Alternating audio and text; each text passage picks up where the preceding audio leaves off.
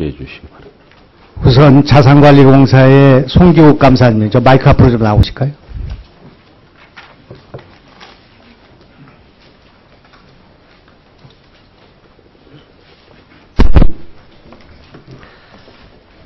어, 7월 26일 권익위 부패신고센터에 장영철 캠코 사장을 공직자 행동 강령 위반으로 신고했죠. 예, 신고했습니다. 그래서. 캠코 감사실에서는 내부 특정 감사에서 혐의 없음으로 결론이 났습니까? 났습니까? 안 났습니까? 예, 일반 직원에 대한 감사 내용은 그렇게 종결됐습니다.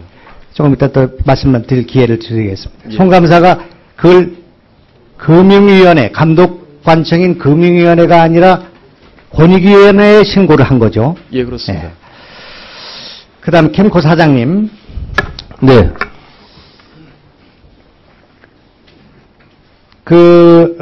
입찰에서 떨어진 업체와 감사원 고위층과의 관련 의혹을 제기했죠. 이 문제가 제기되니까. 그죠? 네, 저희 그래서 예.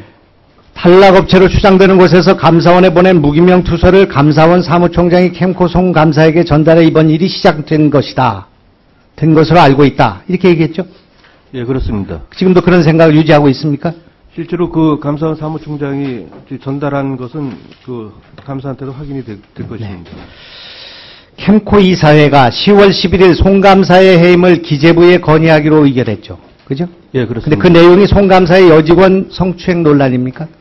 그 부분도 있고요. 네, 또 다른 것도 있고요. 예, 감사 과정에서 여러 가지 불법 행위도 같이 거론이 됐습니다. 그 약점을 잡아서 공과 사를 구분하지 않고 약점을 잡아서 사람을 음해 공격하는 일. 이 두 분들이 싸우는 것을 보면 이거 정말 최동욱 총장 경우도 그런 거가 있습니다만은 점입가경이라고 생각합니다. 막장 드라마를 보는 것과 같다고 생각합니다. 누가 옳은지 그런지는 모르겠습니다만은 캠코는 지금 OK 목장에 결투를 하고 있는 듯한 그런 모습이고 콩가루 집안이 된 그런 기분입니다. 이 문제에 대해서 국민한테 사과할 용이 있습니까? 네, 연휴에 어찌됐건 간에 기관장으로서 죄송스럽다라고 생각을 하고 있습니다. 이런 싸움으로 국민이 피해를 입고 캠코의 신뢰와 공정성에 큰 부담을 주는, 훼손이 되는 그런 일이 벌어지고 있다고 생각합니다. 정말 있을 수 없는 일이 지금 벌어지고 있다고 생각하는데 우선 송기욱 감사님 잠깐 거기 그 자리에 서 있기 바랍니다. 예. 예. 아까 이 지금 두 페이지를 보니까 주택담보대출 채무자 의사를 확인하고 채무조정 또는 지분 매각 방식으로 지원하고 있는 것이 7,246건을 상담해서 45명을 지원하였다 이렇게 했죠?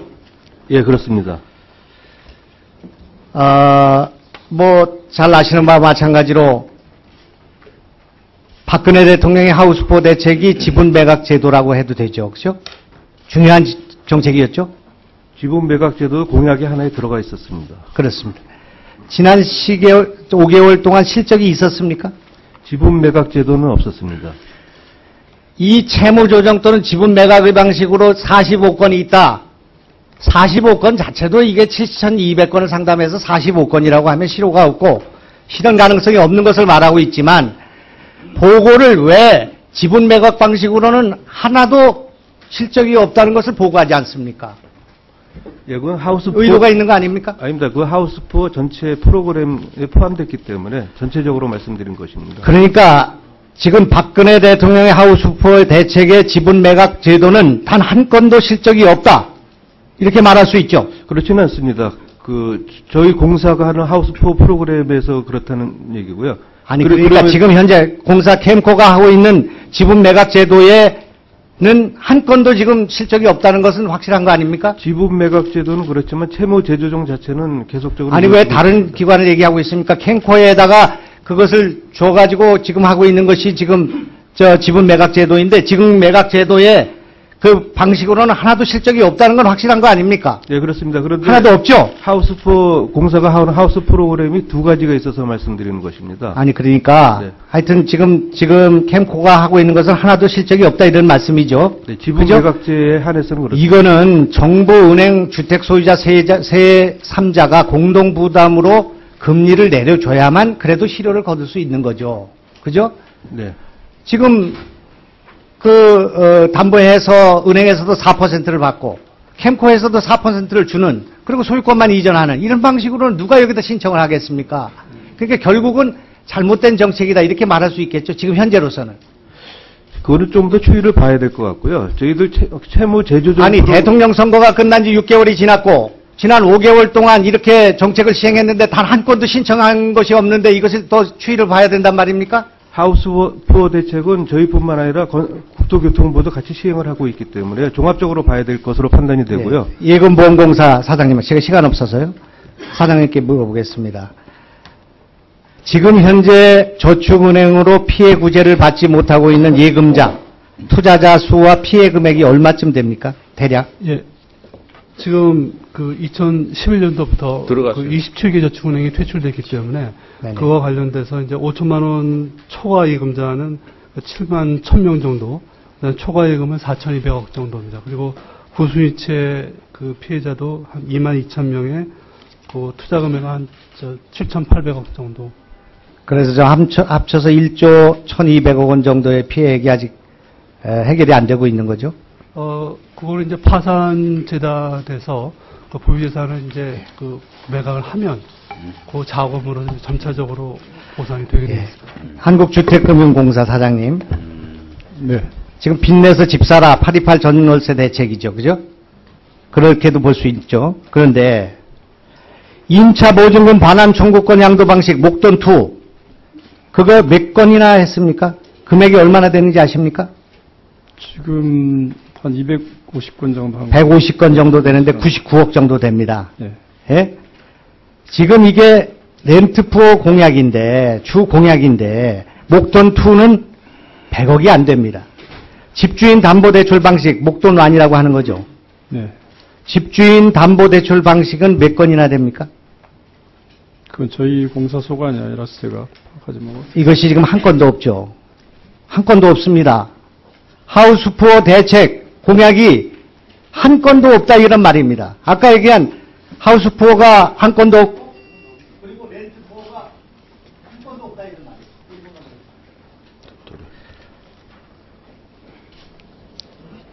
그래서 3월 발부터 추진한 월세 대출은 신한과 우리은행에서 5건밖에 되지 않습니다. 1억 900만 원에 불과합니다. 결과적으로 보면은 하우스푸어 지금 깡통 주택을 해결하기 위한 정책, 하우스 렌트, 깡통 전세를 해결하기 위한 정책이 전무한 성과를 거두고 있다. 깡통 대책이다. 깡통 공화국이다. 이렇게 말해도 되는 거 아닙니까? 대선 때 공약이 하나도 실천이 안 되고 있는 거 아닙니까, 실제로? 얘기해 보세요. 예. 대선 때 하우스 포자 공약을 제시할 때만 해도 주택시장이 상당히 위축되었고요. 조금만 더 위축되면은 국가경제에 큰 파탄도 올 수 있다는 염려에서 만든 게 하우스포 대책인데요. 그래서 이제 그걸 지금 최근에 박근혜 대통령을 옹호하실 필요는 없고요. 제가 주택시장에서 오래 일을 했기 때문에 말씀드리는데요. 최근에 주택시장이 완전히 이 침체에서 침몰로 가는 상황까지는 가지 않았기 때문에 여러 가지 하우스포 대책들이 본격적으로 작동되지 않았을 뿐이라고 생각하고 앞으로 그런 상황이 왔을 때는 가동될 가능성이 있다고 저는 보고 있습니다. 네. 예. 금융위원회가 신고를 하지 않고 권익위원회에 투사하듯이 예. 내부적으로는 문제가 없다고 하는 것을 그런 식으로 사장을 보기에 따라서는 예.